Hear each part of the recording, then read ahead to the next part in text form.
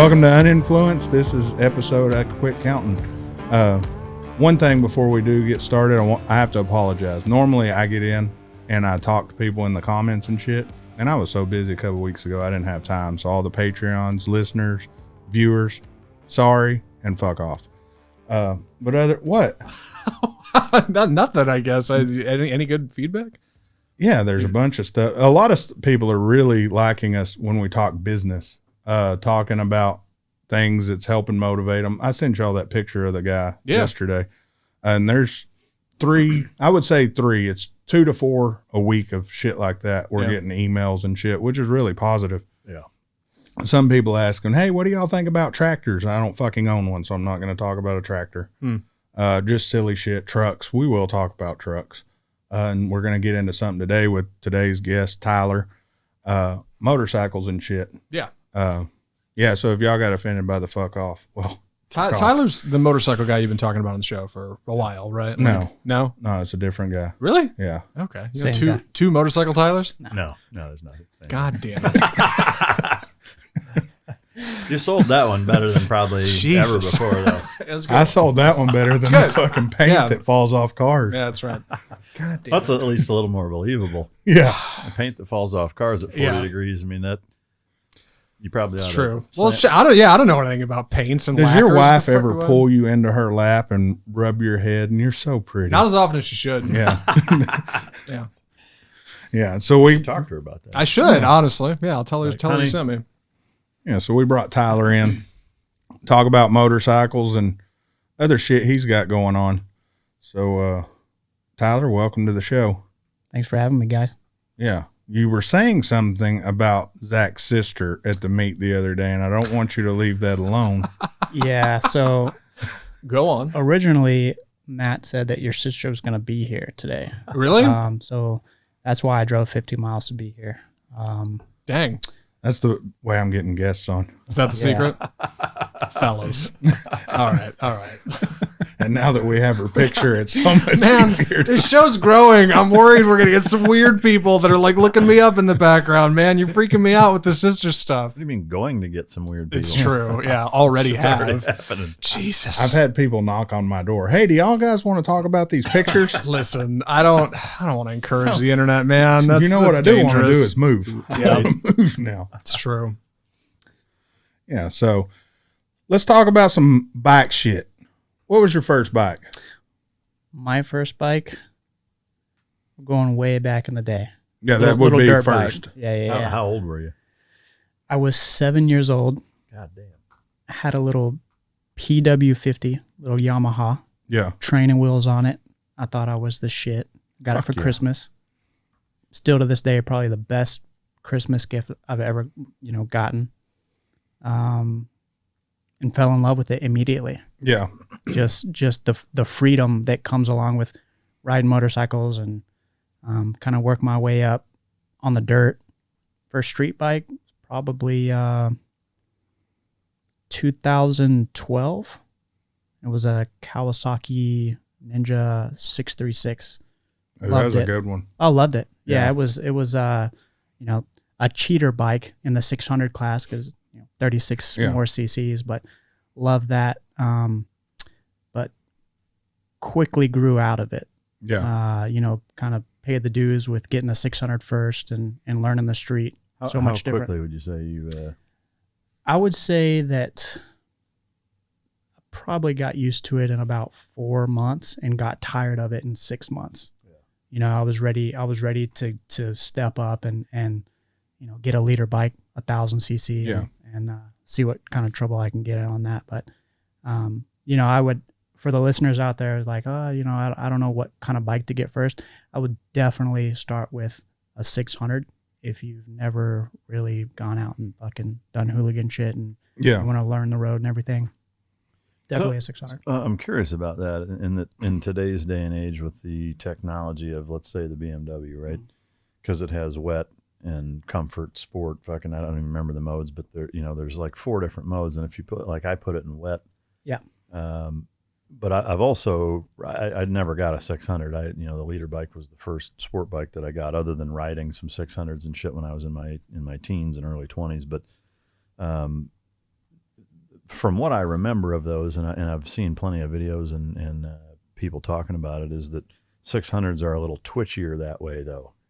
Is that a lot of people at this point saying that, with most leader bikes having the different modes, that it's actually they would still recommend getting a leader bike because it's heavier. It's actually a little easier to handle. It's less twitchy. It's easier to learn on, and for that same reason is that within 6 months of buying it, you're going to want one anyway. So Yeah. Would you still stick with the 600 stuff, even given that? I think so. I mean, that's a valid point. I think that kind of in the past, there wasn't many, electronic rider modes as far as like the wet and then the sport and then going full beans on it, right? With the leader bikes that are as of It's today. just either wide open or not. Yeah. Still, I think where people get in trouble too is getting too comfortable too fast on a leader bike, and then just fucking turning it up too quickly. And I think the 600, although it being still fast as hell, it kind of limits them. It's lighter, it's more nimble for the most part. I mean, granted, everybody has a BMW in this room, so that's kind of, Yeah. Well, I sold best. mine actually. But Did you really? Yeah. I didn't know. For the bobber, yeah. Okay. Yeah. I thought about keeping it, but I was like, if I have this, like that would take the place of that for the quick little fun trips or whatever. So yeah. So really, I would still recommend starting on a smaller bike, with the intention of learning it in and out, learning traffic, learning the roads, where you're riding at, and then, making that next step. Yeah. Do you think does size matter, Tyler?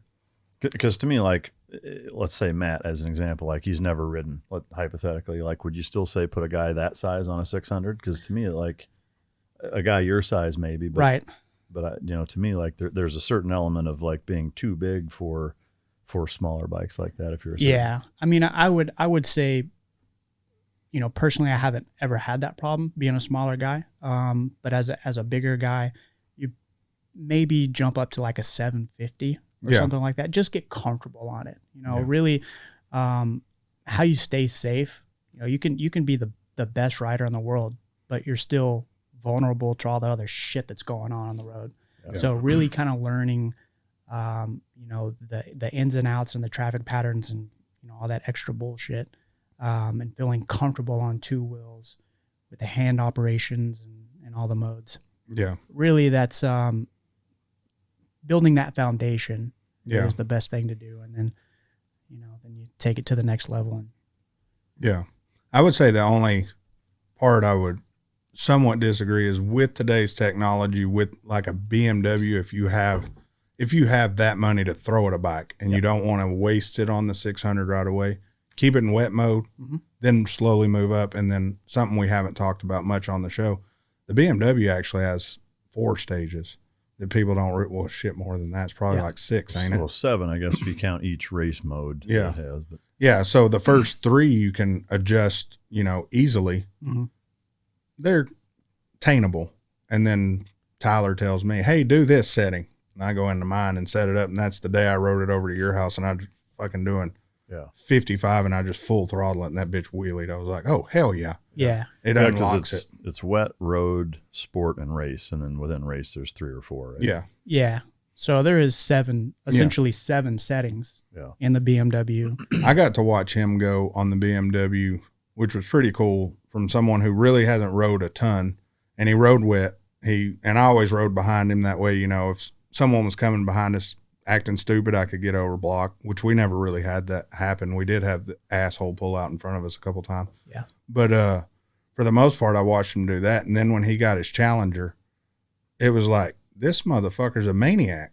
I mean, he's fucking riding like someone's been riding for years. Yeah. When you go from the sport bike to the cruisers, it's a night and day difference, but the confidence, you got to have confidence in what you're riding. Yeah. 'Cause if you're not confident, you're going to be, scared, and that sucks. That's kind of, building that foundation, that comfortability. Yeah. Well, yeah, I mean, I'm glad that as finicky as it probably sounds and impatient, which admittedly I am, but you know, we were talking before we started, you know, so I got the S1000, and within a couple of days, the rear shock started leaking oil.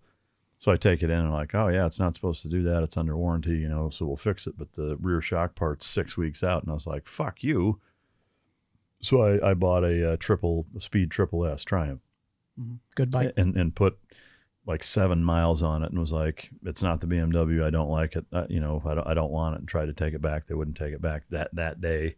And and so then I ended up going to a different shop here in town and getting a GSXR 1000. And you know, to me, it still wasn't the BMW. Like I will say, it felt like it actually handled a little more competently.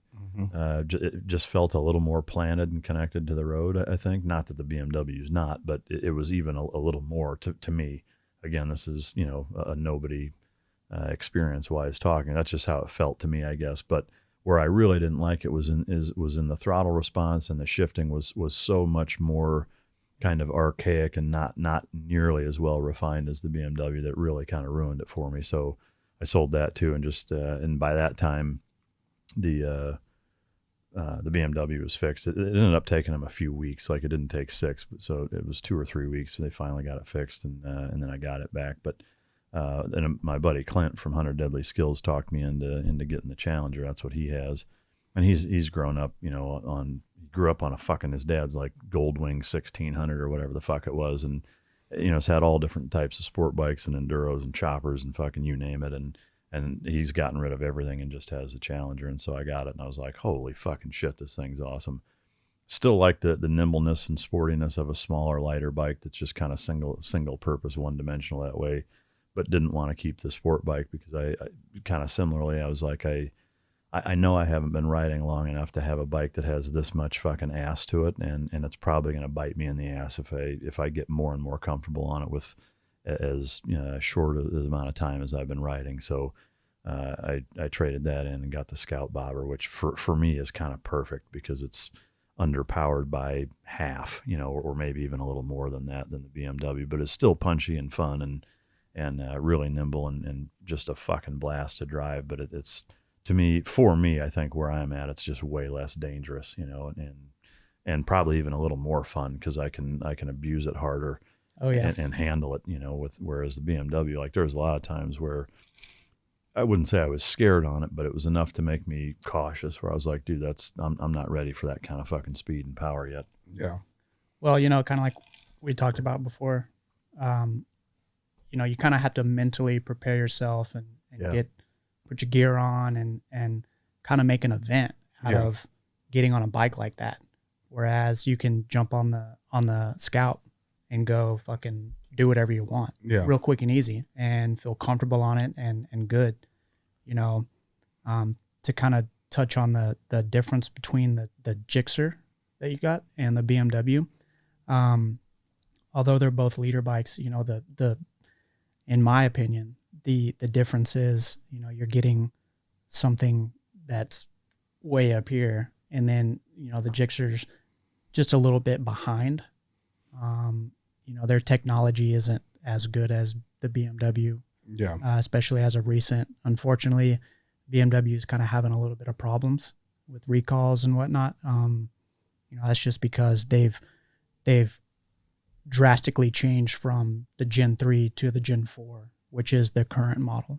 Yeah. And, you know, yeah, I mean, if you push the envelope, fucking you learn the hard way sometimes. You know? But to me, that there's a neat parallel, I think, between cars that Matt and I actually talk about quite a bit with, and to me, you know, to touch on like the mentally preparing yourself for it, and I would agree, is that, you know, just again, the short amount of time that I was on that bike, it was like you have to be so laser focused on what you're doing that it kind of takes a lot of the enjoyment out of riding.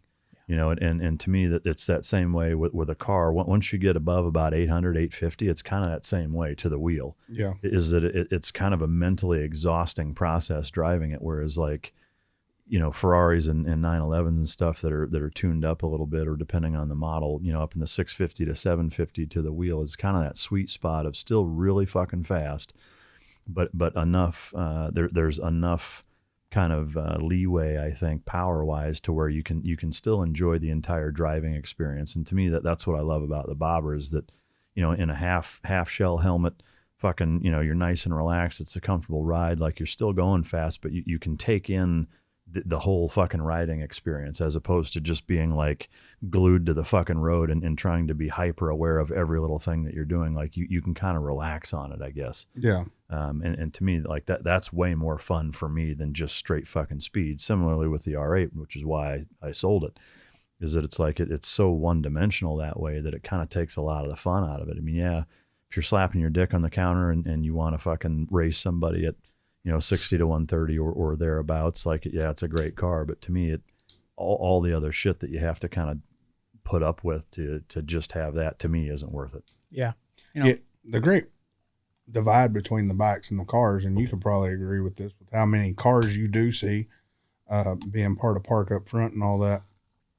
I think the cars step up. You have the cars that are like the bikes that are like your pickup trucks or your everyday car. Then you have the truck style, and then you have the sports car, which to me is a GSXR. Yep.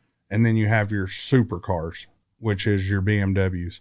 The BMW, tried to explain this to a guy yesterday. He's like, what's so special about this? Why is it worth so much money? This is basically an automatic motorcycle, if you know what the fuck you're doing. True. And no other bike does that like that BMW does. Yeah. Not that I've rode anyways. Yeah, no, that fucking blip shifting on that is just unbelievable. Yeah. I mean, and the power, it's there, but you have to be an very experienced rider to put that bike through its paces. It's to the point to where, and I've been riding a long time, but I took a long break, but it's to like, shit, this may be a little much for me. Then you watch someone like Tyler on Instagram and he's fucking doing stupid shit. And it's like, this motherfucker, Right. I mean, what's your thoughts? I think to kind of touch on what Mike said and bring it all full circle, some of these bikes are purpose built, right? Some of the guys that I ride with, they're fucking going max effort, putting swing arms, full weight reduction, and that would be kind of like the R8 and the 720. Yeah. Right? They're badass. People would kill to have them, right? But it's almost like a chore to actually take them out and drive them fast. Yeah, it's draining. Yeah, it's not easy. Yeah. The good thing about the BMW is that with there being so many different modes, you can really get what you want out of the bike without going. Do you ever keep it in anything other than race? Never. Yeah. All these modes are great. Well, do you use them? No, well, but if I got caught out, and it started fucking raining, I would definitely put it in rain mode. Yeah. I mean, 100%. But when I take it out, I know, hey, this could be the time where I have to, go fast. Yeah. I mentally prepare myself. Hey, I don't just go out and fucking piddle fart around. Go ahead. When it's time to go, like, I think I've had the bike for a year and I have maybe 2,000 miles on it. So I don't go and leisurely, cruise around and go to the grocery store. Never you never like Sunday afternoon, just go for a leisurely ride. I wouldn't say never. I like to go ride with other people that aren't like completely about racing. So when you see my bike, you'll know, and Matt's seen it. Well, you've seen it too at probably some of the shows. It's not max effort. It's not a purpose built bike. It's not stretched. It's lowered a little bit. I'm kind of a shorter guy, but I get exactly what I want out of it, and I could go ride around if I wanted to, leisurely, but I just don't. Yeah. I bought it for one reason, fucking haul ass and do crazy shit. And so, speaking of that, do you race cars a lot, or is it mostly bikes? Cars don't like to race bikes. Most of the time. I really wanted to get a piece of the 720 and the R8. I mean, you'd have beat both of them. Yeah. Maybe. I think up to a certain mile per hour, I think it probably wouldn't be too fair. But if we got a long enough stretch, I think you'd be surprised. Yeah. You know, up to about 190, I think, you know, the BMW would take it. Yeah. If we were to continue to go, you guys would catch up. Well, don't count that out too far, because in the future we may have something else coming up that Hey, that we'll play with. fuck yeah. But you got any more questions about? I thought you were about to ask one. Well, I was just going to say, do you have any other bikes, or is that the only bike that you have? Like you, That's the only bike that I have now. I've had multiple bikes in the past, and you know, right now I'm in a place where I'm trying to save and get a house and all that stuff. My girlfriend rides. She has a little 2020 Ninja 650. oh, shit. Oh hell yeah! So cool. she goes and cruises. Do you guys ever ride together? It drives you nuts trying to ride with her. It drives. Yeah, it does. It honestly does, because she's very cautious. Yeah. Right. She's a nurse. She's got a lot to lose. A Yeah. lot more to lose than I do. It's like a really fit person working out with a total fat fuck. Yeah. That's So- why Mike don't work out with me. Motherfucker. So, you know, the last time, funny enough, the last time that we did ride together, somebody cut her off pretty bad. And, you know, she's been riding for a couple of years, so she's not green by any means, but it spooked her, and I could tell. And we have multiple helmets. We had our Cenas, where we could talk. And she was like, you know, holy fuck, what the hell? And she was ahead of me, so I was like, oh, you know, big protective boyfriend. I'm about to fuck this. I'm about to send this mirror flying. I'm about to ride up next to it and send this fucking mirror flying. So I did, right? And yeah, right when I did it, it was an African American lady, and this was like last year when stuff was happening, and you know, she turned into me on the tollway, and straight, just I almost went down. Oh shit. Yeah, almost went down. She turned into me. Her wheel and her bumper hit my exhaust. God damn. And it didn't fucking. I stayed up. Yeah, that takes some skill. Yeah, I stayed up. It. I've done that, the mirror thing, a few times. Well, you know, I'm not.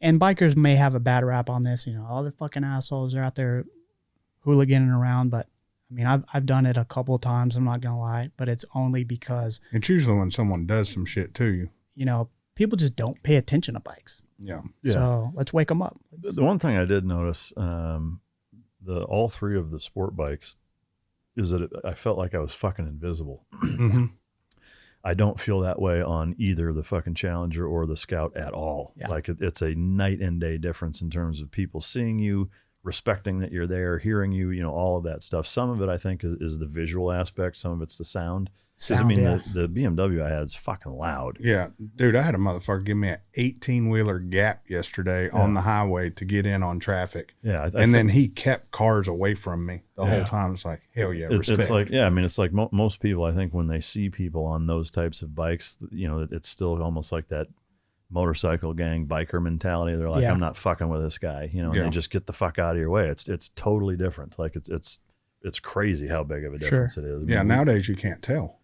yeah. You know? Could be some Well, you know, fucking lawyer. Yeah. You see a little 5'7" guy on a crotch rocket. You're like, fuck this guy. In right? a leather fucking suit. Yeah. And then you see, you know, Zach, you know what I'm talking Oh, about. of course. a big tatted up guy on a badass Harley or a Challenger, and they're like, Yeah. this is difference. Maybe I won't fuck with that guy. Yeah. That's why I got these tattoos. Yeah. It was my future. That's it. Yeah. That's right. Zach, I'm disappointed in you right now. It was your Why's that? density. This dude just brought up one of the hottest things there is a chick in a Jeep. Yeah. A chick riding a motorcycle is way the fuck up there. Yep. This dude just talked about banging your sister, and he's talking about, yeah, my girlfriend rides. And me personally I've never seen her, but I start picturing this blonde chick, nice ass on a motorcycle. Dude, that's exactly what she is. Yeah. And you fucking just let it go.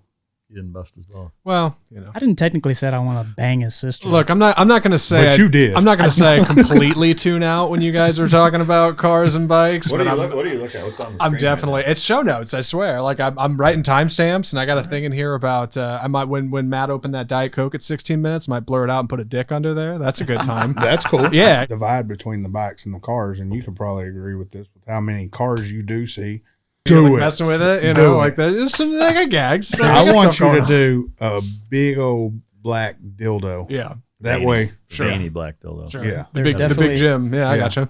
There's going to be Intimidator. I think that he's probably got a timestamp of Oh, the he- story that I just told. Oh, yeah, he gave me the worst look ever. No, I no. felt bad, man. 21 minutes. Yeah, it's gonna be in there. No. Yeah. People on YouTube can click and hear you taking off a mirror. It's a good time. Yeah. My bad. yeah, and I'm then, doing research, and don't then worry what you called that lady? I got. I was looking at a picture of your Kawasaki. See what that thing looked like. I need to start throwing I pictures was on screen. politically correct. No, yeah, I'm just Yeah, fucking you're with you. fine. Yeah. The one thing I'm curious of is, I guess it's changing tunes a little bit though. Is the like the overall close calls that you've had kind of similarly? Is that kind of take the top spot as far as how close you've been, or like have there been a lot of instances where you're like, holy fuck? No, man. Honestly, Mike, that was the closest call I've had to going down on the street. Crash tens and tens of times on the dirt, right? It comes with the territory. But yeah, having somebody purposely trying to run me over or run me off the road, actually doing damage to my bike. Like, I mean, it totally, it was this stock exhaust. Totally fucked that up, fucked up my rear set, limped the bike home, essentially. Was more worried about the carbon wheel. Yeah. I mean, we immediately pulled over because, you know, on the M, like we Yeah. had, has a carbon wheel. So I was like, motherfucker, Mm-hmm. if this bitch fucked up my carbon wheel. Yeah. So we pulled over. Everything was fine. Chain was fine. Brakes were fine. But yeah, that's definitely the closest call. And at that point, you know, you just kind of got to bring yourself back down, get home, and then, you know, kind of lick your wounds and rebuild the bike. Yeah, when I wrecked, I almost didn't get back on a bike ever again. And then my buddy, the guy who hooks you up with getting service, he brought his Gixxer 1000 back when they weren't a big deal, you know. Well, they were a big deal, but nobody really had them. He's like, get on. Fuck no. Bitch, I got a broke ankle and a fucked up knee. My fucking hands were still scabbed up from the gloves melting. He's like, nope, you're riding. So that's the quickest way to get over it. Just get back on. I was so scared, any car next to me, any bike, it took months before I would let anybody ride in my lane with me. Yep. Even if I knew how good they were. Yeah. Some of the shit we used to do, y'all probably still do, is fucking turn the bike off going down the highway. No, Y'all don't do that? no. Pussies.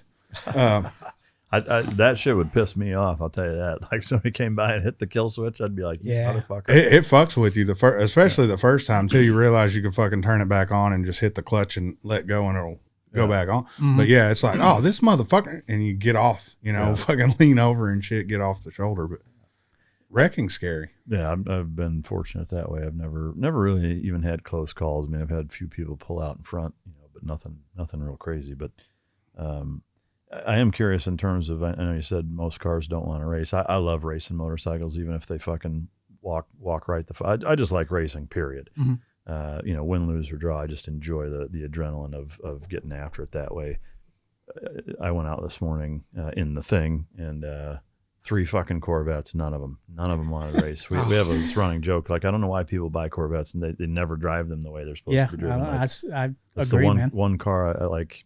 There's been 2 Corvettes in my entire life that have fucking raced. But anyway, I'm curious. Have you had any good races with cars, or has it just been totally lopsided? Because I mean, there's some GTRs and some other. I mean, there's some 3 second, sub 3 second Yeah. cars out there. Like, have you run into any of them? Probably the fastest car that I've raced was actually Matt's old Huracan, the VF. Oh yeah. So Matt Bullwhip had the Huracan VF engineering supercharged. Yeah. It's a fast car, man. Mm-hmm. Um, I got a video of me racing a bike on that. No shit. Mm-hmm. in that car. Yeah. Want to check it out? It was a little 750. Oh yeah. Yeah. So this was, I had a previous model BMW 2016, and it was, it was ready to go. And we raced in Mexico a couple times, and off the hit, with him being all-wheel drive, Yeah. He gives it.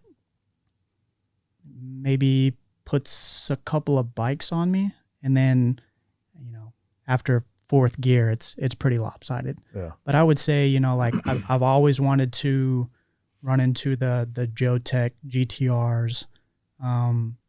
There's a Calvo Viper Yeah. that is fucking insane. I saw on Instagram actually yesterday. I think it's 60 to 130 time was sub 3. It was like 2.9, Mm-hmm. which would be incredible. Yeah. I think that there's maybe like a stigma that the supercar owners don't want to push their cars that hard. You guys are obviously different, and you would, but at the park up front shows or whatever, I'll approach somebody that I think might want to do it, and we haven't really had the opportunity. But there is one guy, and I think you might know him. I don't know his real name. They call him John. Yeah, I was gonna say John. I think he's about it. Yeah. And that's a fast. Is that the lime green That's fucking Hurricane? the lime green Stage 3. underground racing. I think he would go. Yeah, he's where my Ferrari is right now. Oh, no shit. Is it? Yeah, getting service. Yeah. We could put that in his ear.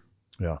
Yeah, he's about it. So For me to do it again, I would like to. I'd love to go UGR, but I'd like to do it with a Performante, just for the simple fact that, and we've talked about this again before, but the R8 is like, to me, what makes it such a good daily driver supercar makes it a horrible drag car because it doesn't handle near as well. I mean, if you look at just the Huracan compared to the R8 as an example, and the Performante has some extra bells and whistles handling wise, and I think is maybe a little better tuned, but it's still the same fucking motor. Yeah.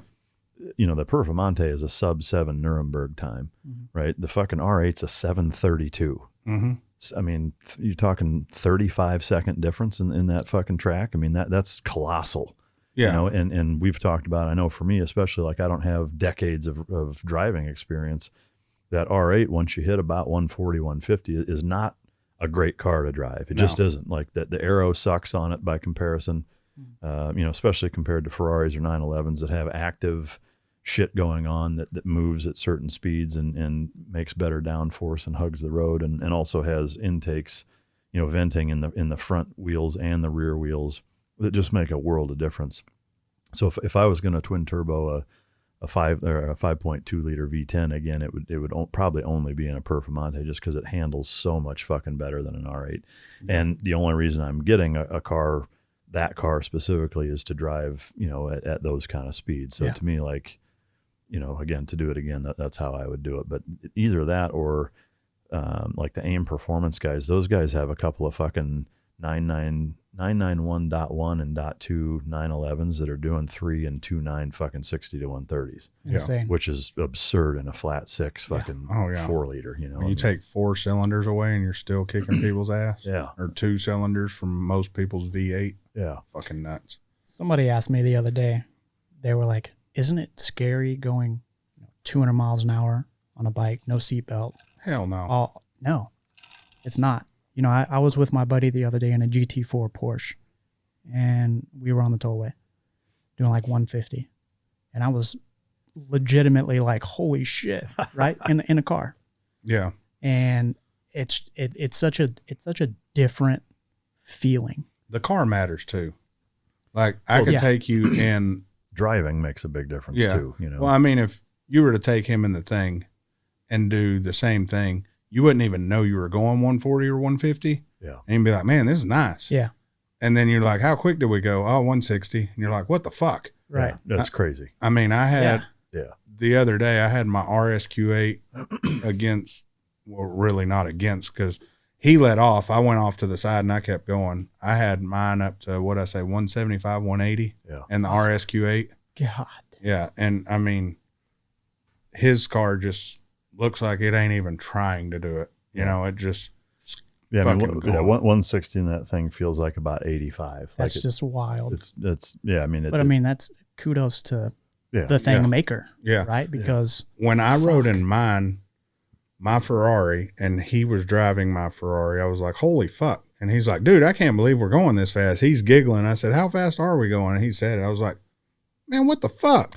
And we're not on a highway. We was on a back road, 2-lane road back here. yeah. I mean, we hit 160. But it was smooth. Yeah. I mean, you couldn't tell. Zach, how fast did we go in the McLaren? I think he got up to 160, Yeah. 155, something like that. And Zach's face, I looked over, and even in the passenger seat of that car, you could tell Yeah. shit wasn't supposed to be going this fast. We were moving. Yeah. I think it depends on the person too. The car obviously plays a huge role. That's one of the things that I don't like about 911s is that up to about 130, they're great also. And I think if you lowered them and maybe put bigger tires and whatever, it'd be a little bit better. But it was kind of the same as the R8. I mean, it's a little better. It handles a little tighter and a little more competently, I think. But it's still, past 140 or 150 does not inspire a ton of confidence, at least for me. And it's night and day difference to every Ferrari I've driven or ridden in. Like, it's just night and day. Yeah. Like, there is no car that I'm aware of that handles speed the way a Ferrari does. Just not even close. No, I'd like to drive a GT2 RS and see if it's I bet that different. Yeah, I mean, the only thing that I've seen everybody say or kind of the reviews of it is just always that it's just such a rough ride. Yeah. That like if you're on a track, it's phenomenal, but outside of that, like it's It'll so beat you punishing that like it's not even fun to drive. You Yeah. know, which that's another thing with the Ferrari. Like it's a comfortable fucking ride too. You know. Oh, yeah. You could take that fucking car wherever you want. If you're like, hey, I want to go on a road trip and you don't have a ton of fucking luggage, you jump in a Ferrari and you fucking haul ass. Yeah. Literally. Yeah. I think there's such a difference between McLaren and Ferrari and Lamborghini. I mean, Yeah. and Porsche, really, for that matter. The non-supercar guy would be like, oh, it's an expensive car that has a lot of power. People are wasting their money, but there's such a big difference Oh yeah. Oh, yeah. between all of them. Yeah. It's and not having personally really romped on all of them, driven them, but I could appreciate that. Yeah. I think one of the things that I meant to say, dovetailing onto it depends on the person too. I know for me, like if I'm riding, I'm way more uncomfortable. Like some people are totally comfortable letting somebody else drive and go fast and whatever. But to me, like 150, if I'm driving, feels like nothing. Yeah. Obviously the car makes a big difference, but to me, the speed feels much faster if I'm not driving also. Yeah. But I'm really weird. There's only certain people I trust to go fast with me in the car. yeah. And Mike can do it. My wife can do it for some fucking reason. You'd be hard pressed to, that bitch can drive. Can't you? Dude. We went on the awesome. Lamborghini rally and I looked her in the eyes when I said bitch. We went to the Lamborghini. Wait, you looked her straight in the ocular Straight- cavity. It straight wasn't a- through. Bitch. Yeah. So we went to the Lamborghini rally when I had the Huracan. We left the park up front deal and we're all hauling ass. She's in the RSQ8. We get to Waco and people are like, dude, who the fuck was driving your car? And, my little wife's right there. And I'm like, her? No fucking way. I mean, she's racing Murcielagos, all that shit on the fucking road, fucking spanking them, getting over, blocking traffic for them. Yeah. And just hauling ass. Well, when she took us to JP's to pick the 488s up, yeah. it's night. We're on the tollway. He and I are each driving a GTB, and she's in her fucking Land Rover. Mm-hmm. Which is tuned to 600 horse. I was like, Jesus Christ! Like this fucking chick, like goddamn, she's weaving in and out of traffic, hopscotching, throwing rocks up. It was like fucking Christ. Yeah. Nice. Yeah, Let's I mean, go. she doesn't fuck around. Yeah. But I mean, there's very few people I trust to do the same thing. I mean, you get into a car with someone who don't have confidence behind the wheel and it's, hell no. Yeah. Like I almost don't like taking certain people too fast because they start getting scared and it starts making you think, what the fuck am I doing wrong? Yeah, or just uncomfortable. Yeah. Like going to the event Saturday, your daughter getting out of the thing and Oh, she was dude, fucking ear to ear grinning. ear to Oh, ear hell fucking yeah. grinning. I saw her when she pulled in, man. Yeah. She was Well, and so that's the funny thing, right? Is that in the 911 and the R8, it was not that way. Like she was kind of like you in your fucking buddy's car. Yeah. She was like, "Can you slow down?" Like she didn't really like it. You get in that thing, and she's like, "Faster!" Yeah. I'm just like, Jesus Christ. Yeah. Like fucking. Yeah. Someone was telling me, I think it was yesterday, Matt came by and he's like, hey man, said something about the car. And, he was like, that was Mike's daughter, right? And I was like, yeah. He's like, man, she seems real quiet and calm. It's like, no, that fucking kid's possessed by the devil. Y'all just don't know it. Yeah, she's fucking great. We got videos of her trying to catch Cool Whip in her mouth off her wrist. Hell yeah. Fucking wild. What's your dream car? My dream car? Yeah. Shit, man. And dream bike. Yeah, because you've seen all these cars, all these bikes. Yep. I need a comparison with the Aprilia also. Oh, for sure. Fantastic bike. My dream bike right now would probably, so BMW just came out with the M1000RR, right? More track focused, a little bit different. Comes with the Acro exhaust on it or something, don't it? Yeah, I mean, just like you, man. Once you get something, you got to fucking take all the regular shit off. That thing's like $35K retail. Mm-hmm. It is. Yeah. So I went to a dealership last week and helped my buddy pick out that Triumph that we were talking about. And I asked about the M1000.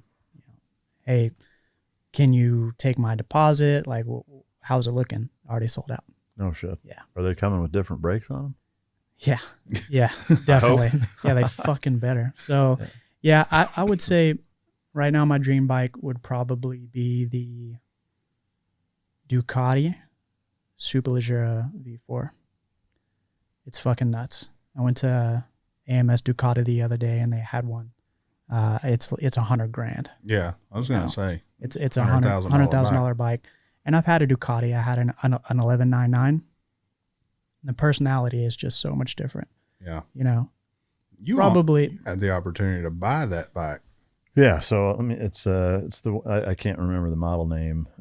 It's the one. Maybe it is that one. It's the one they only make like every 3 years, and they only make like 100 or 500 of them or something. probably a Superleggera. Yeah.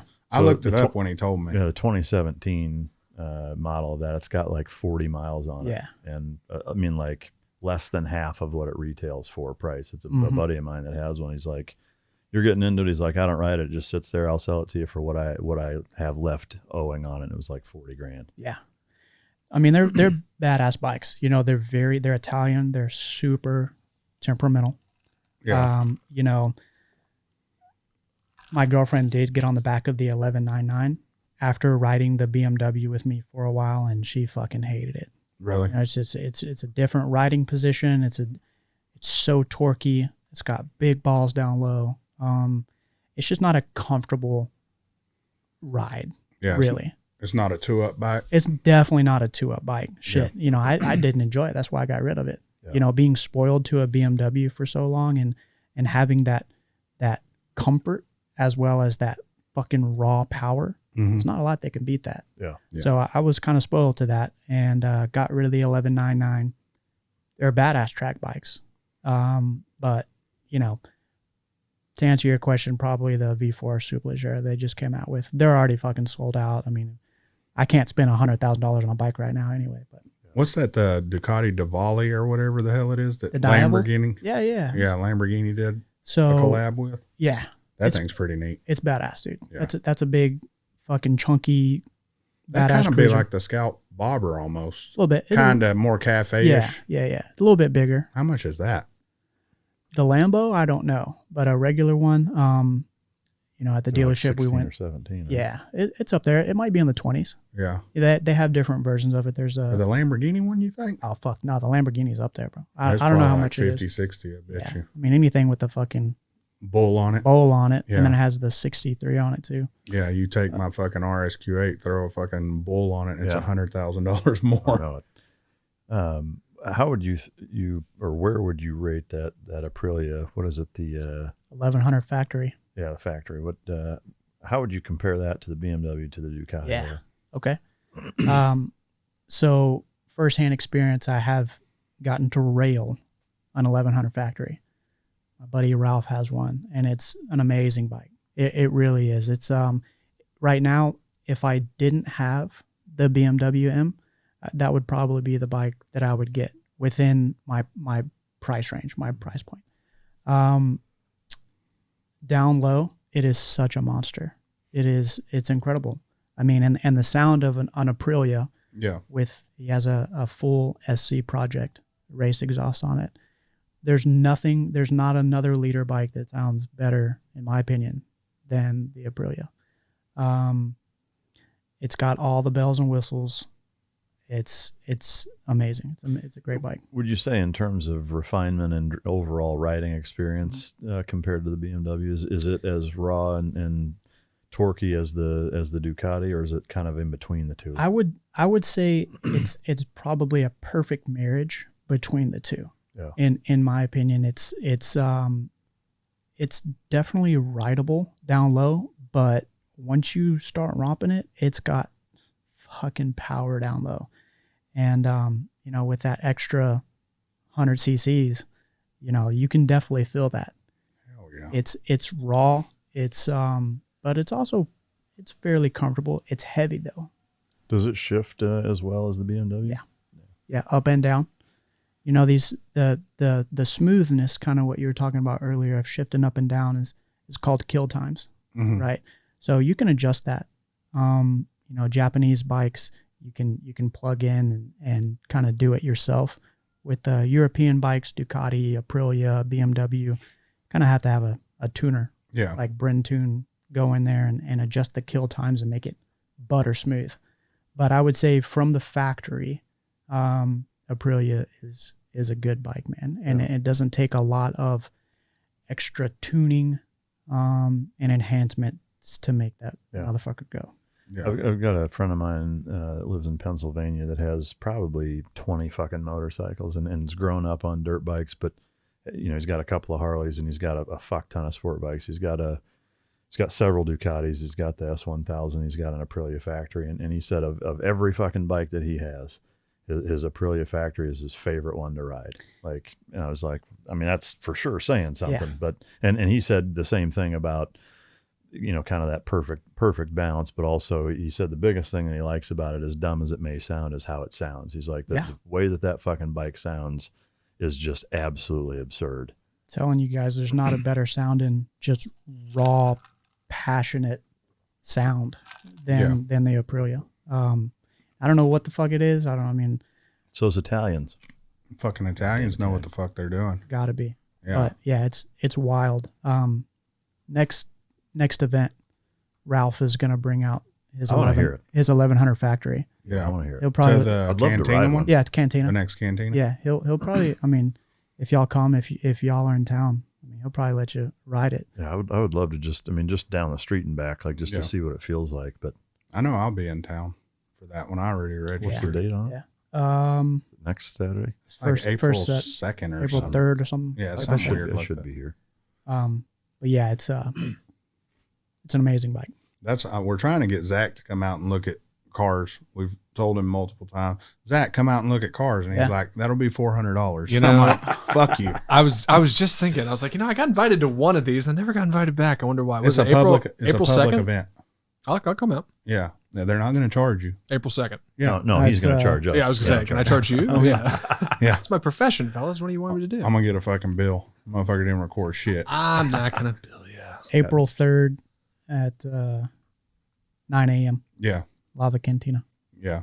Those are always fun. Last one, the one you missed, that's the biggest one I've ever been to. Yeah. That shit went all the way down to the whiskey, whatever the fuck it is. Windmills. Yeah, windmills. Yeah. This last Fueled Up didn't seem like it had that big a turnout, did it? I mean, It's crazy. So we did like 650 cars, really, which is twice the amount of Cantina, but it just doesn't. I mean, because the parking lot, just the parking lot's fucking giant. The parking lot's huge, and then no disrespect to any of the cars out there, there's more supercars and hypercars that show up to Cantina than show up to Fueled Up. And most of the cars, again, not making fun of anybody, they kind of mix in with the people just coming to look. Yeah. And it's not a bad thing. I'm not saying you have junky cars. It's just that's how it goes. Whereas Cantina's blocked off. If you're coming to look, it's a little more exclusive. yeah. I totally derailed and interrupted, hijacked the fucking dream car. Dream car, fuck, man. I've gotten asked this question so many times. Just back in the day when I was valeting cars, people, oh, What's your favorite car? What's Did you your ever dream Ferris car? Bueller a fucking valet car? Oh yeah. Really? Fuck Oh, yes. fuck yeah. Fuck. All right. After you say the dream Hold car, on. I've got to hear that story. Guys, I got some fucking crazy stories. Well, we're gonna need to hear them. Yeah. I'm So- never gonna valet my fucking car No. again. Yeah. I never valet my car. I mean, I don't have a car worthy of valeting, but I would never fucking valet my car. Anyway, man, I would say probably a Pista.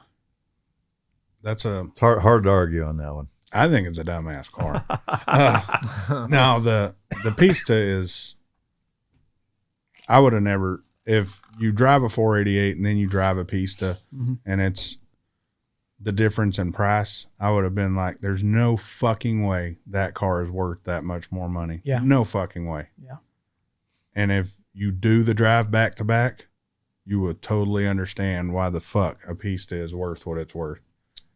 And there was a time we were at JP's and he was like, "This Pista is nicer than your car." And I'm like, "Man, fuck you." Yeah. You're like, it can't be that much better. Yeah. It can't be twice as good. No. And it is. It's every bit. I love Pagani and Bugatti and Koenigsegg and all those boutique crazy fucking $3 million. $3 million cars, but I never see in my life, even if I had fuck you money and like some of these people do, I don't think I could buy something like that. Yeah.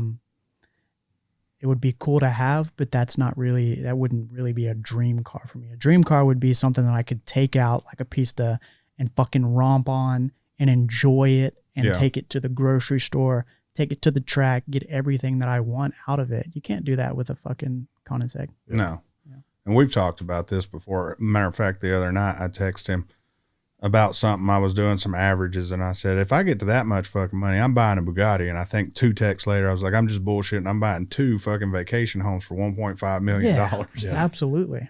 Yeah, to me, like I would say, I mean, I've never driven a Bugatti or I've never driven a 7-figure car, but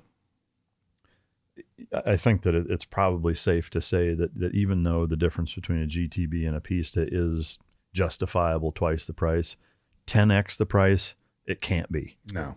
And the liability that comes with that, the oil change price, the replacement of a rim or tire price, all the insurance, all of those things.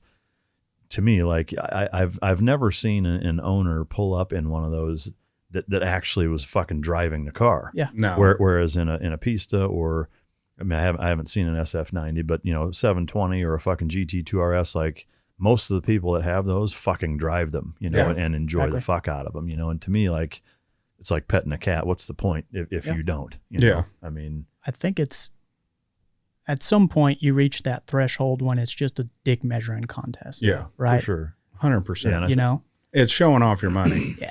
I mean, and it gets to, we're both more the laid back, and if we don't use it type people, we don't really want it. If it's something that appreciates and it's an asset, then yeah, it's worth fucking owning. But if it's something that just, here, look at me, Sure. I don't fucking care. Yeah, I agree. Even then, like I'd still rather have 2 vacation homes Than the house. and a fucking Pista or a 720 tuned or whatever. Yeah. Something that I feel comfortable with driving most days and just pounding the shit out of it and actually enjoying it. Yeah. Instead of, oh shit, I'm close to my oil change. I got to ship this motherfucker to California to go get its oil change. Yeah. Fuck that. Yeah. And then, I mean, Pagani's can't go above 30 without hitting a tree. So, I mean, Their wheels fall off. and their wheels, doors, roofs, they all come off. And carbon fiber is not that strong Yeah, if you look. it's fragile as fuck. Yeah. I mean, I don't know why these gun makers are making guns with carbon fiber No, it's and dumb. yeah, fucking But idiots. you got to have some like the valet stories. Yeah. Yes. Man, I won't say the company. Can you please? No, Yeah. Please, we'll tag them. Please. absolutely Yeah. not. I loved valeting cars. Mhm. It was probably one of the best jobs I've ever had. Kind of just the freedom to hustle and make your money and whatnot. And man, I won't say the area either, but there's a part of town, and you know what I'm talking about, and you know what I'm talking about, where there's a lot of cool cars, right? Yeah. And they come, flaunt their money, take their wives or girlfriends out to dinner, and trust these 18-year-old kids with their fucking Ferraris and shit. the craziest story that I probably have was, and you guys are gonna laugh. It was a 300C. Really? Fucking Mercedes? No, the fucking A Chrysler. Chrysler 300C. Oh, Jesus. Yeah, That's But an it was- older car. yeah, but it was fucking like pro charged. This thing was insane. Like I'm telling you, it was a complete sleeper. And he pulled up, and it was wah wah wah wah wah wah wah wah wah. We're like, all right, see what this bitch has. So, we great. turn it off right there in kind of the driveway. Let the people walk inside, whatever. They're going to go eat dinner. We jump in the car. It's me and my best friend at the time. And we took it on the access road of the tollway. Just made a loop to the parking garage or whatever, casually. And it wasn't raining, but it was really humid outside. Real sticky. Yeah. Roads were a little bit sticky. Wet, I mean. And fucking mashed the gas on that thing and completely went sideways down the fucking tollway. And luckily, I don't know how I saved it. Honestly, I don't know, because unexperienced driver, I was a kid, saved it. Yeah. And in front of all these people too. Everybody saw it. God damn. Yeah. Damn. We just kept going. Like, fuck this. Yeah. We pull over now, they're gonna know it's the Valet kids. Yeah. What, you or anybody that you've worked with ever gotten pulled over or gotten in an accident with, Oh yeah, big time. like, how do you fucking manage that? Yeah, it's insurance is everything. Valet is a sticky business. You got to have these huge policies, lots of wrecks, lots of accidents. I know I didn't see it, but I know of one kid who totaled a Wraith, a Rolls Royce Holy Wraith shit. in Dallas. Yeah, just trying to get to. I think he was understaffed or whatever, trying to take the car, park it, ran a stop sign, got T-boned God damn. by a truck, just fucking destroyed I was going to say, it takes a lot to ruin that car. Yeah. That's a big bitch. Yeah. So, yeah, throughout my tenure of Valet, I could probably write a fucking book. It'll be here the rest of the day. What about, like, banging your chick in somebody else's car? Yeah. That's got to happen. Or like, hey, they're in there. Let me fucking roll down the street and pick my chick up, and she can Yeah. blow me while I'm driving this fucking Lambo. That's always been a dream. I've never done it personally, But but I do have friends that have done that. Yes. Yes. yeah. And I've actually rolled up on people like in Valet spots that somehow are in the cars fucking or getting top or whatever the case is. I'm like, is this really happening right now? That's badass. right in the middle of, this busy place. Yeah. Yeah, Getting man, fucking just brain. just Oh, go ahead. the things that you see. I'm telling you, it could be a what's Netflix. What's the next craziest thing? We were at a club, and we were valeting at a club, and it was a grand opening, open bar. It was invite only. You had to be a member to get in here. Just fucking everybody was getting shitty, and the let out happened. Everybody was ready to go. Multiple people in the line, and we were pulling all the cars around, and we pulled out this big H2 Hummer, and this woman was so drunk that she thought that was her husband's Hummer. It wasn't her husband's Hummer. It just looked like it. Mm-hmm. So she stumbles into the passenger side, and the husband's like, "That's not our fucking car. That's not our fucking car." And she's like arguing, slams the door on his hand. Fuck. Right? Oh, shit. And he opens the door, grabs that bitch, and this is a big dude, like y'all size. He's big. Grabs this little girl by the fucking little woman, grabs her by the neck and fucking yanks her out, and she hits the ground. And an H2 is not low to the ground. She traveled some distance to hit her head, and just starts strangling her. Hell yeah. Holy shit. Yeah, and there's cops everywhere. At the let out, like they hire security, and then there's cops everywhere. And this big jack cop came and just fucking plowed this guy straight into the side of the Hummer, right? So we valeted this car. We're still responsible for this car because the owner hasn't taken possession of it. They fucked the side of this Hummer up. This guy, I mean, the cop plowed this guy straight into the car. A big dent in the quarter panel. Jesus.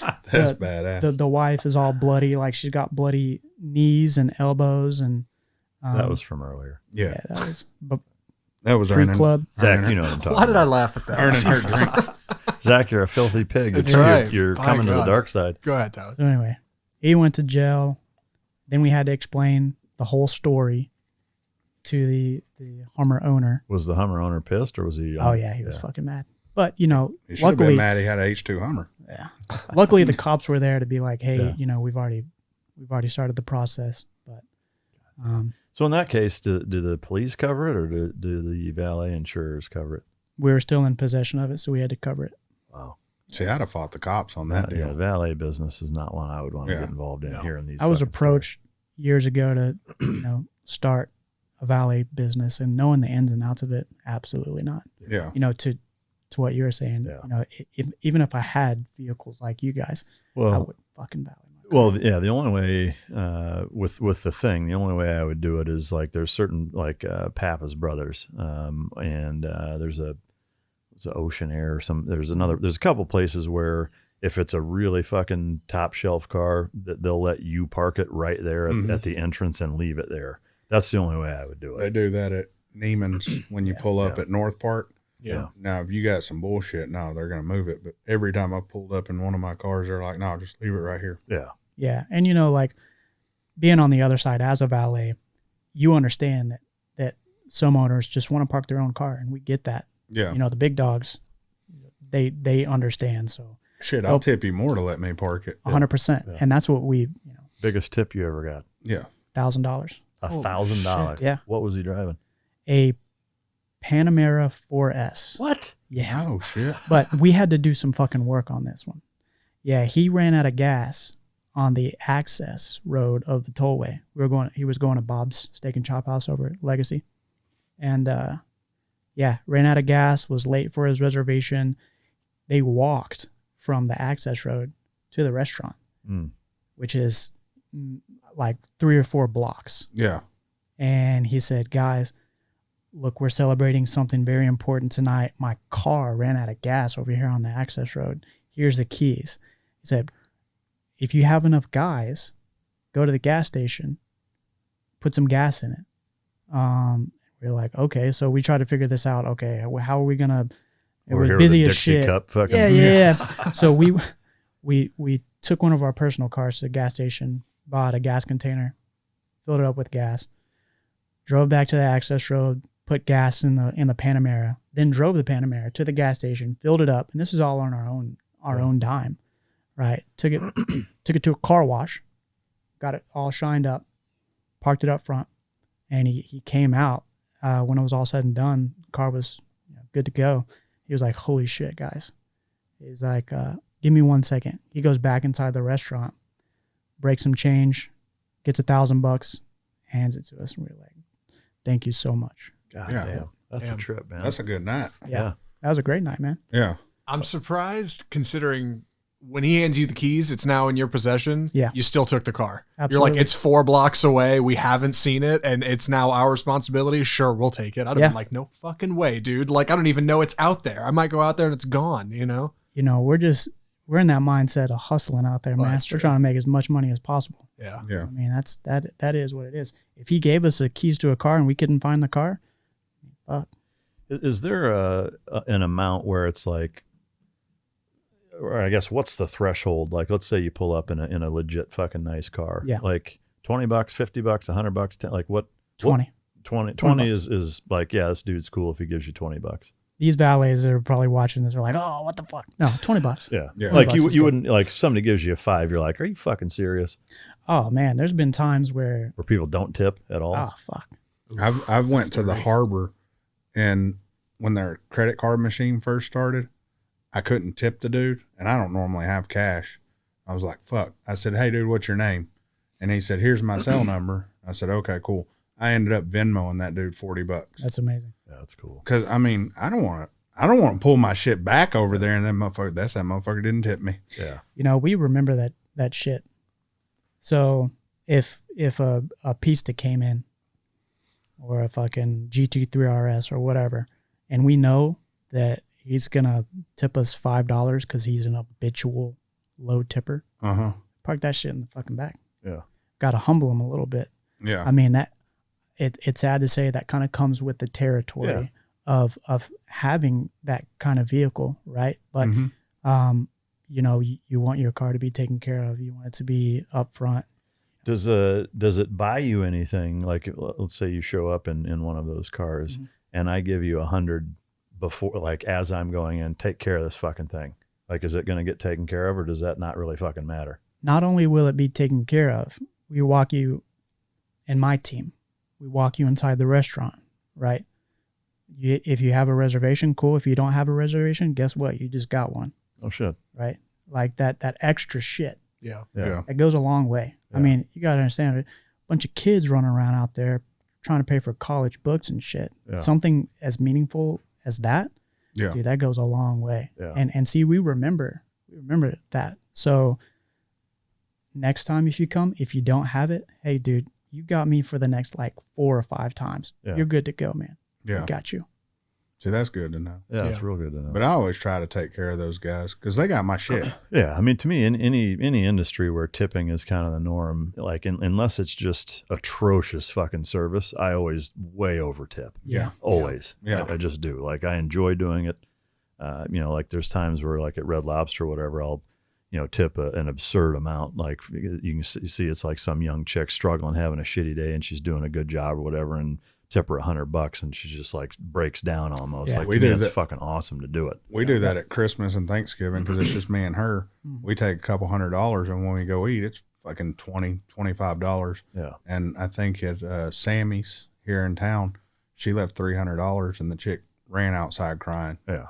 And I it's love like, doing shit like you know, that. and it's like, shit, you're serving me on a day you should be with your family. Yeah. Here's some fucking money. Yeah. You know, or like you said, you can tell she's busting her ass having a shitty day. Yeah. These people behind just fucked her.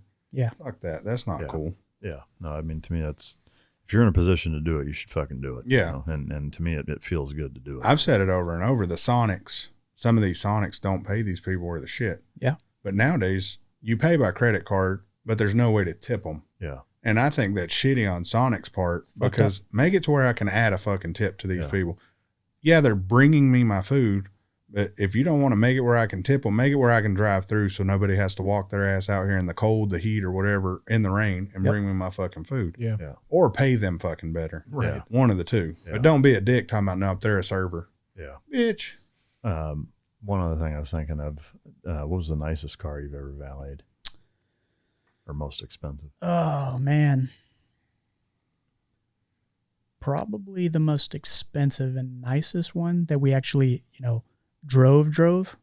Probably the new Phantom, the new big dog. Yeah. You know, the Pagani.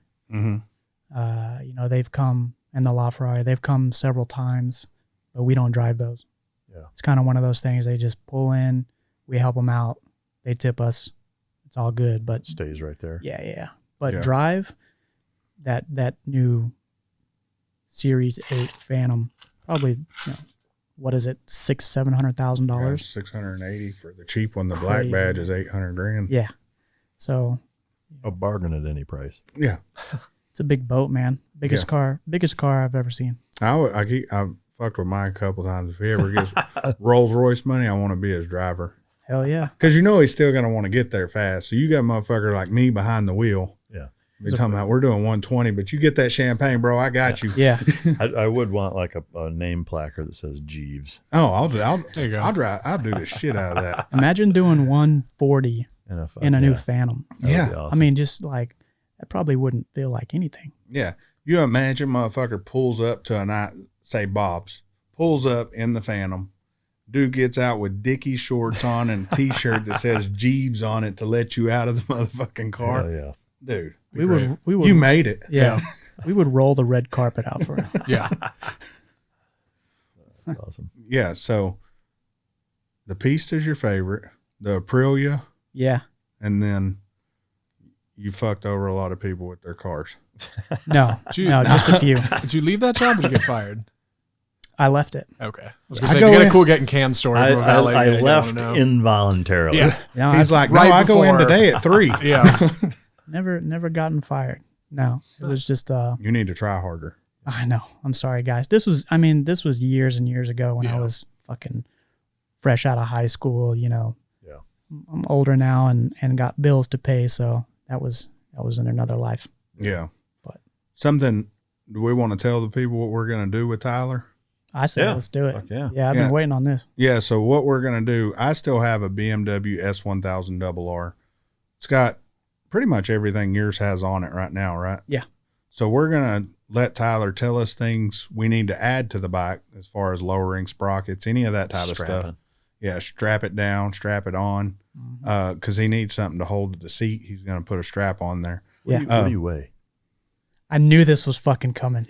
Listen. I've threw 135 out. And I knew this I'm gonna was say coming, Mike. 145. Yeah. So Mike is closer to what you are. Now, You're not a chick. You can tell us. no. But here's the thing. There's some fucking people.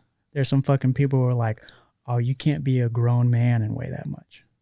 Fuck What? them. Dude. Have they met fucking Henry Cejudo in I'm the telling UFC? you. Yeah, I'm telling that you, there's fucking some midget bad. from fucking Game of Thrones. Yeah. God damn. I mean, there's some fucking lightweights and featherweights that will fuck every one of those people that has Exactly. some shit to say. They'll Oh, fuck yeah. them right up. No, I'm 142 right now. Yeah. 142. Yeah, so we do that, do all the stuff to the back, lower it, and as we build cars, or even the cars we have now, we are going to race the S1000R till we can see what it takes to legitimately beat the S1000 RR built. With a jockey. Yeah, with a jockey. Yeah. Not with my fat ass on there, with a dude who knows how to ride the bike, and pretty much since he's been 7, been riding bikes and riding bikes hard. Well, that actually makes me think of a question. It's probably a hypothetical in terms of your answer, but 142 versus what are you, 230, 240? I'm 248. Yeah. That on a bike 60 to 130 time, how big of a difference is that going to make on the Huge. same bike? Like Huge. a second, half a second, Yeah. that much? Yeah. I would say. I mean, Wow. the It's at least half a second. No shit. it's when you have these purpose-built bikes, you can only do so much, Mm-hmm. right? Where the advantage comes is the weight. Yeah. So you see all these people taking all this shit off their bikes. I mean, they're going extreme weight reduction with the carbon fiber wheels and taking off all the unnecessary shit. I've got buddies, and this is gonna sound absurd, but they take their fucking rear brakes off, ABS module off. They run with one single rotor God damn. in the front. Fuck that. The purpose built, right? Yeah. They're not going out there and cruising. But yeah, we're not going to do that to your bike as far as taking the brakes off. I didn't do that to my bike. I would never fucking take brakes off a bike. That's fucking stupid. Yeah. But we're going to build this bike to where it's going to be a fucking monster. Yeah. And we're going to give it, I'm going to get on it.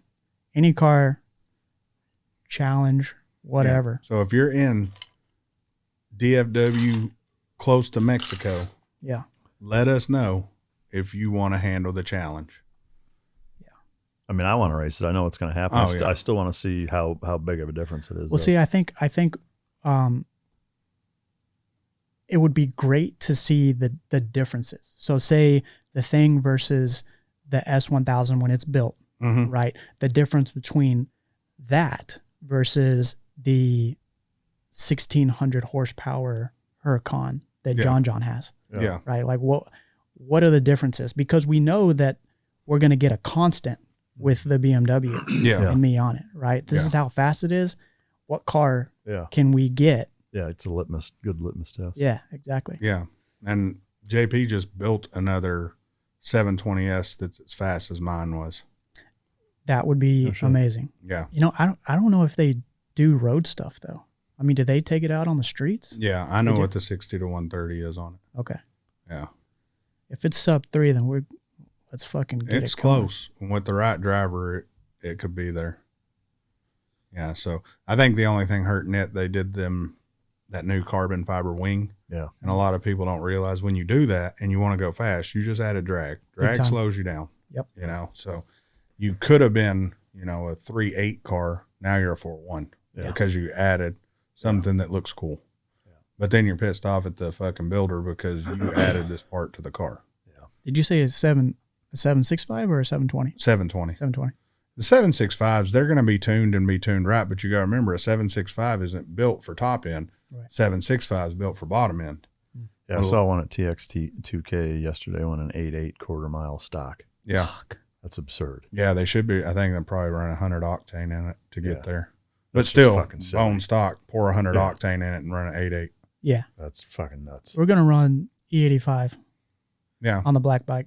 Yeah. I just don't, you know, you can put MR12 in it, but. You still have any? Yeah, I got a whole fucking barrel of it. Yeah, we got 55 gallons for you. Sweet. Yeah. So. I'm going to need you to burn through it by the end of the month. So yeah. Get after it. We need to fucking start building that bitch then. I told you, make me a list. We don't have that much stuff to do, honestly. No. I mean, you've already got most of the heavy most of it, most of it done. We just need to do the lowering shit like that. Like I think take the back down and everything. Yeah, we've got to. Yeah, I wouldn't be opposed to dropping the back and doing all that shit. Yeah.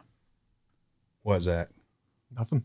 I totally understand everything you guys are saying. Well, that's the point. Keeping up, yeah. But so many of the viewers and listeners may not either, so ask. Yeah. So we can answer, because I may be faking it. Are you telling me there's no dumb questions on Uninfluenced? Yeah. Sure. I've never said anything's too dumb. Yeah, right. Okay. No, what's your question? No, nothing. I think I'm keeping up with what you guys are talking about. I get the jockey bit. At first I was like, what the hell are you two talking about? But you're building a super bike to race anything. That's the plan. At any point, though, have you pictured his girlfriend on the back of a bike? I don't know what his girlfriend looks like. So neither do I. She's hot. Nice. Yeah. You want to see some nudes? I love the confidence. Not from you, sir. From him, maybe, if he's into it. She's way out of my league. Yeah. For sure. How did you meet her? How did you land her, I guess? Bumble. Really? No shit. Spitting that hot shit on Bumble. What's your fucking the gist of your profile that nabbed her then? You know, I don't. Just obviously, slap I your don't. dick on the table? Yeah, he had a picture of his arm in a condom. He was like, "Oh damn!" You know what I think it was? I think it was as douchey as it sounds. I think it was a picture at the ranch. Really? With some You all horses. cowboyed up and shit? Not cowboyed up, but I had on a fucking cut off t-shirt. Is that right? Out there in some boots. Like you cut it from the bottom? Yeah, like a halter like top a tube top. Deal? Yeah, for sure. And then it tied in a knot through the neck. So, funny story. Yeah. Matched. She ghosted me. We would talk for like a week. And she ghosted me for half a year. I'm like, all right, just on to the next one. And then she came back around. I think she saw like a Snapchat when I was in Vegas, fucking balling out there. So she reached back out. She's like, oh, so you're going out there, huh? Yeah. Okay, yeah. This guy can hang. This guy's a fucking jet setter. Yeah, that's where right. was my invite? Yeah. So, I kind of started it back. And what's your batting average on Bumble? Bumble's great. Really? Yeah.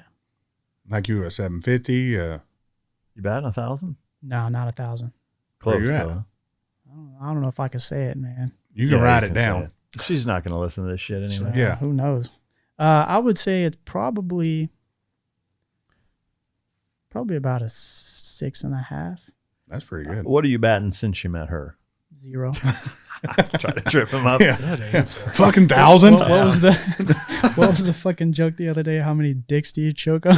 Yeah. Up to 100 dicks on the wall. Yeah. Oh Jesus. Yeah. Dicks on the wall. How many do you choke on? You fuckers. Yeah. That was actually from my wife. She was like, you got to ask them this. Fucking asshole. I love it. Yeah. You guys are great, man.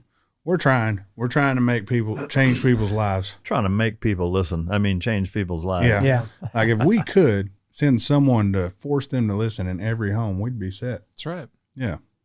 And our producer don't ever produce. So So No, he overproduces. we were, Zach, we were talking about turning me into the Stig, Oh yeah. having me completely blanked out so nobody could see my face. All right. Because when the shit really starts going down, Yeah. it's going to be fucking all the evidence they I can need. do it.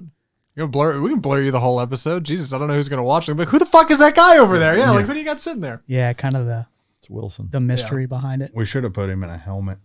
Just That's the whole episode. yeah, just put the mic underneath You the do helmet. it. Yeah. Jesus.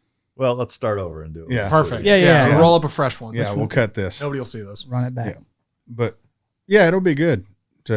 We'll get you in a helmet that's not your normal helmet in case. You know, a lot of cops recognize helmets and shit like that. Got a very specific helmet. Okay. Well, we'll get you a nondescript one. I got an all black one that's, just fucking generic. I was going to be Probably wear black, that. Tyler. Yeah. Why can't it I just already be made one. I already said black one time on the show. Why- Actually, you didn't. What's the fastest you've ever gone on a bike? Okay. So as you probably know, the BMW gauge is electronically limited to 192. So it'll only say 192. We're going faster than 192. I would say GPS with a little Garmin tracker was 202. So the fastest that I've gone on a motorcycle would be 202. When you go that fast and then you go back down to 85, does it feel like you could just walk alongside it? Oh, easy. Yeah. You should try that. Yeah, just jump off. To jump off that stunt ride it down Mexico. Yeah. Hell yeah. No, it's just it's a visceral, just, when you're going that fast, you have to be mindful of Everything. everything, but especially staying in that tuck. Yeah. Yeah, You're you lift fucking- up and Oh, fuck. you just parachuted. God damn, guys. Like, Yeah. bad. Yeah. That's what I was telling him at 120-ish on the Scout Bobber. Mhm. Felt like I was just fucking. Yeah. For me, 80 is about as fast as I want to go on it because just like it kind of ruins it going fast now because Yeah. you're so worried about fucking Above staying on 80, 90 miles an hour or so, it starts getting to work out the upper Yeah. body as, oh, fuck, for I got to sure. hold on. Yeah. There's no tuck really you can do on that. Yeah. Yeah, there's nothing you can do to get out of the way of that. Yeah. So, after you reach top speed, you still got to stay on that tuck for a little while. Yeah, because you got to bring it back down. Yeah. Yeah, you got to bring that speed back down. Then you can get back up and comfortably ride and all that. But Yeah. it's a What's workout. the fastest you've ever been, Zach? And How fast we go in the McLaren? Yeah, 160. that's it. Yeah. how fast how fast do you push your car? Like, do you ever like legit fucking Yeah. get on? Oh yeah. No. Yeah. I'll hit the text. I'll hit the What is tech it? text press. I guess. 110? Yeah, something like that. Oh, fuck Is it Yeah, I'll limited push at it. 110, 120? That's as fast as I've gone. I could probably go faster, but I'm afraid it's gonna explode, Now man. get- My car's a piece of Now shit. push it and get back to us. All right. Yeah. Yeah. I want a GoPro video. Too. All right. Perfect. Or at least I'll fucking call iPhone. you from the tollway when I'm pulled over with my engine smoking. Like, I think I pushed it, Mike. That's okay. We'll call you an Uber. We'll get you the rest of the way home. Yeah. Worth it. Worth it for the show. That's another thing. We got to make sure we strap up the GoPros. Yeah. Yeah. Big time. Yeah. We have 4 between us. Okay. So, Well, now I got that 360 one that we haven't really fucked with. yeah. Oh, you got a 360? Yeah, that's cool, man. Yes. Those are awesome. We have all, and then they also started making lapel ones. Little Really? lapel cameras. Body Yeah. cams? They do a 2K. Oh, Yeah. I see those. 360 makes them. 360 cams. They just came out. That's awesome. And they're not bad either. All right. They'd be kind of cool to have to walk around Yeah. and Yeah. do shit, you know? Yeah. Car Cause- show and stuff. Oh, yeah, because you Prank. forget to fucking Right. do. Prank people. Yeah. Fuck with them. But You you forget to film, you know, Yeah. when you're Yeah. walking around, throw it on. Oh, did you catch that? Oh, matter of fact, I did. You know? Funny story. Yeah. So, Also caught a bunch of shit I wish I hadn't. yeah. That's right. How'd you get that upskirt wearing that on your chest? Mind your Well, fucking business. Well, I dropped my fucking wallet. Whoops. And Yeah. Yep. So there's all that shit coming up. What are we at? We're about done. Okay. We can keep going. I mean, we got a few more minutes. if We you got a want to keep meeting chatting. at 1:30. Oh yeah. Yeah. shit, it's what is it? 12:50. Yeah. You got anything else cool? Not really. One thing I do find very interesting, talking about people that are cheap motherfuckers with nice cars. These motherfuckers who get, I'm going to just throw it out there and not picking on anybody, Lamborghini Huracan owners, but you get these guys who get a supercar. And I understand you got one used. I buy mine used because you don't take the hit. Mhm. But you buy a car, it's still a 6-figure car, and you want to put $1,000 exhaust on it. Or you want a $10,000 exhaust for $1,000. And you're mad because you can't get one. Or you're like, rims are how much? Yeah. Like they're fucking expensive. Yeah. Like the wheels I just put on my car are fucking expensive as hell. Yeah. But I'm going for a look and I got that look. But you get these people, and I talk to guys all the time. Oh man, how much you pay for your exhaust? Oh, it was $12,000. For a muffler? Yeah, bitch, it's not a Chevrolet that I'm putting a Flowmaster on. I didn't go to Midas to get that Yeah. shit done. you know, and these are guys with supercars, and they're like, I just need something cheaper. Is that how you went about getting your fucking car? Is walking into the dealer? That one's nice. You got anything cheaper? Yeah. You know, that's not how either of us approach looking at a car. What do you think about people wanting to look like ballers, and then when it comes time to do any kind of mods, are like, say, man, you got them eBay wheels? Yeah, because with park up front, you probably run into all different types, right? All the time, guys. Yeah. It irritates the shit out of me. Yeah. We have a term that we call, you've heard, $30,000 millionaires. Oh, yeah. Right? These motherfuckers. Yeah. You know, they're leasing the cars. Yeah. You know, they fucking can't afford to put good tires on them. Yeah. It's very irritating to me. Yeah. You know, I'm not out fucking out there saying I can afford this, this, and this, and this, and then showing off, right? That's exactly what these guys are doing. Yeah. Trying to make it look like they Trying to make it look have like more they're, than they do. yeah, they're big ballers. You know, I live in a part of town where it's synonymous with that, Yeah. right? Fucking peacock feathers. Fuck.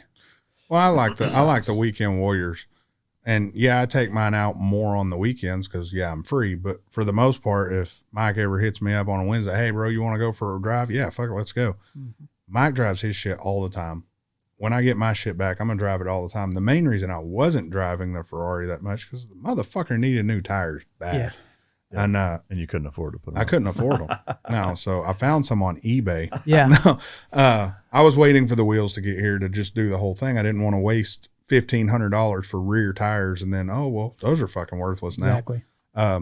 So I just didn't drive it as much, but I still probably put 1,000 miles on that fucker since I've had it, maybe more. Yeah, I mean, I've had the thing for what, maybe a month. Not even that. I've doubled the mileage on it since Hell yeah. from when I bought it. I figured, dude, I'm in always it every day, in it. man. Yeah, I can't stay out of it. I mean, when I pulled up to the studio, the first time I pulled up and you had that, I was surprised it wasn't there. Yeah. And then when I pulled up last time, it was there. I was like, oh, fuck yeah. Yeah. No, thanks. And then Zach was like, what are you trying to do when I was going to steal your car?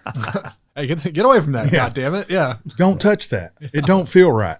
No, I mean, I dropped the oldest off at school today, and then drove almost a full tank of gas, just driving all over fucking town for an hour and a half, Hell hauling yes. ass.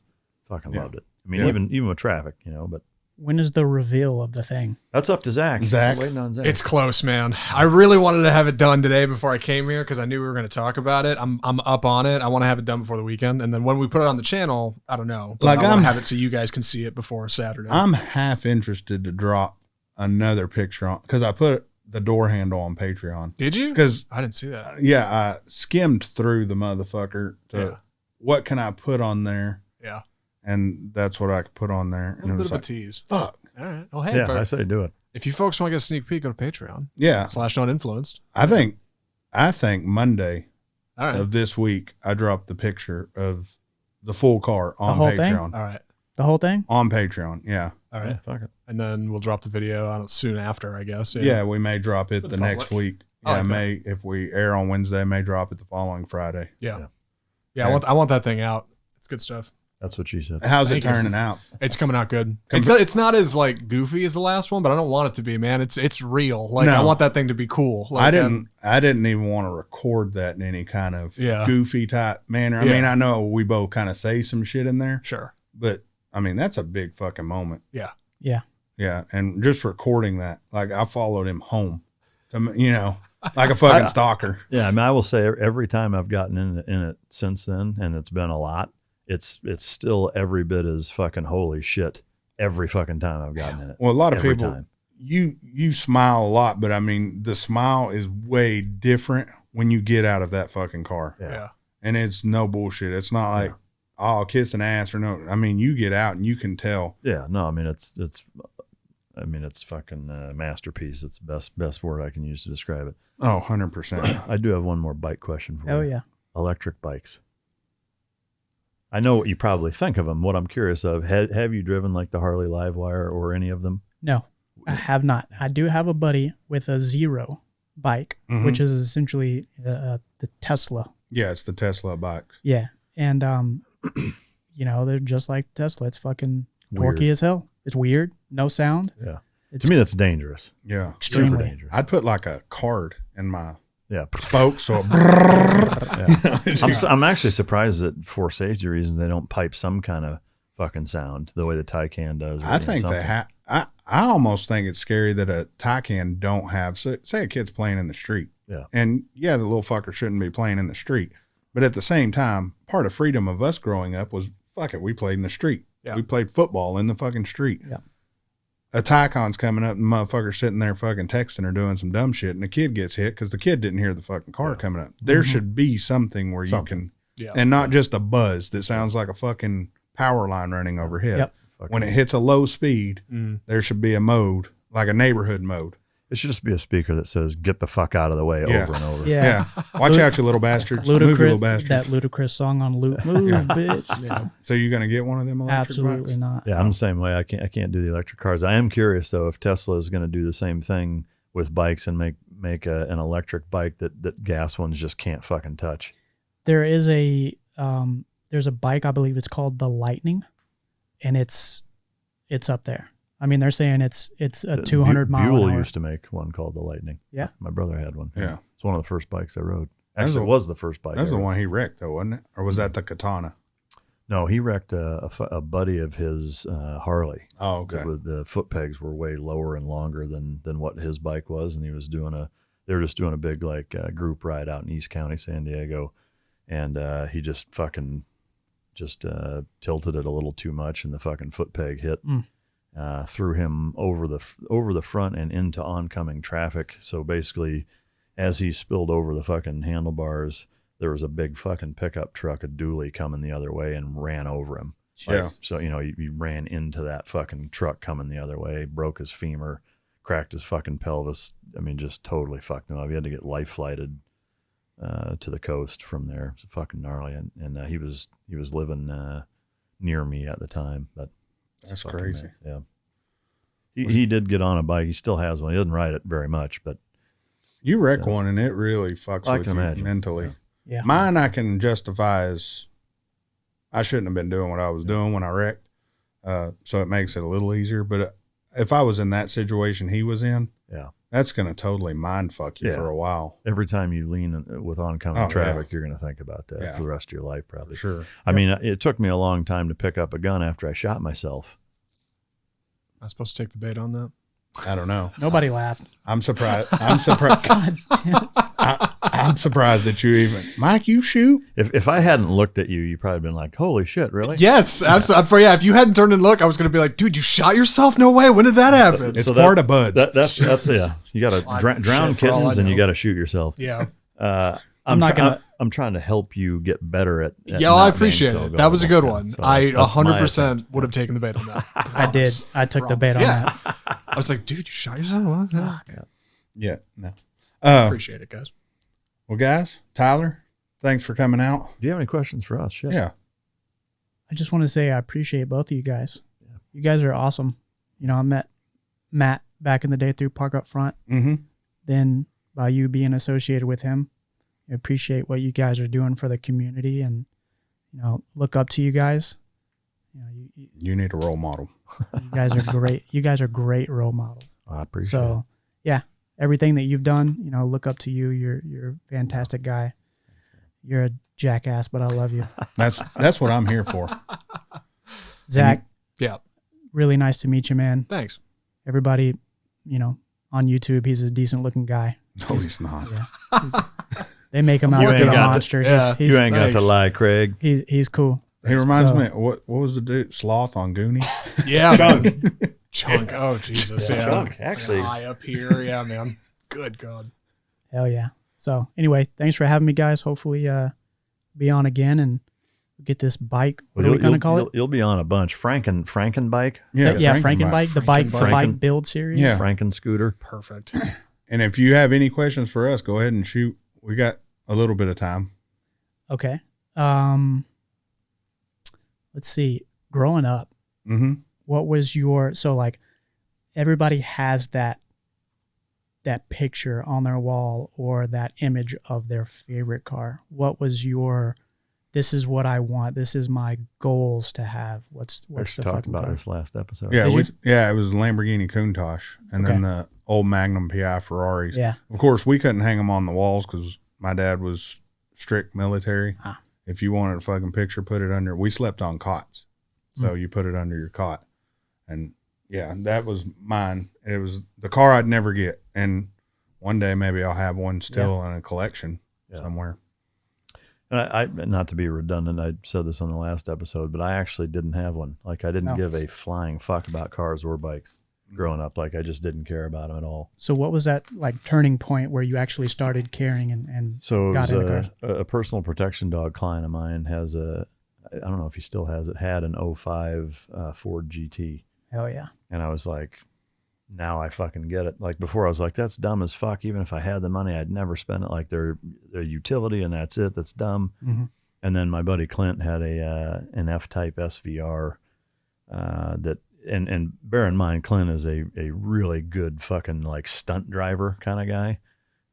Cause he's done a lot of like offensive and defensive driving courses and race fucking course, like all sorts of shit. I mean, hijacking them and J-turning them, like shit like that, where you're doing like maneuvers with them and stuff.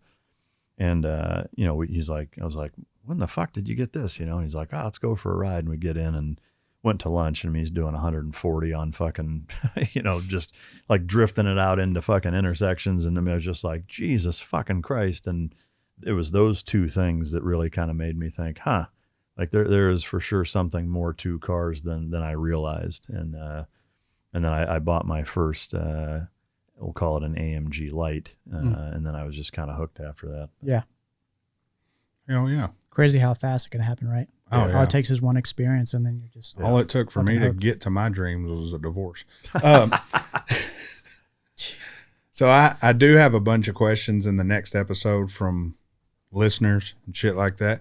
It's getting to the point to where we're going to have to be selective with listeners' questions. Yeah. Because it's going to just turn into the whole show will be listeners' questions. Yeah. And I don't know how far that would go. So we'll go through that over the next few shows, bringing in listeners' questions for me, Mike, and Zach, and go from there.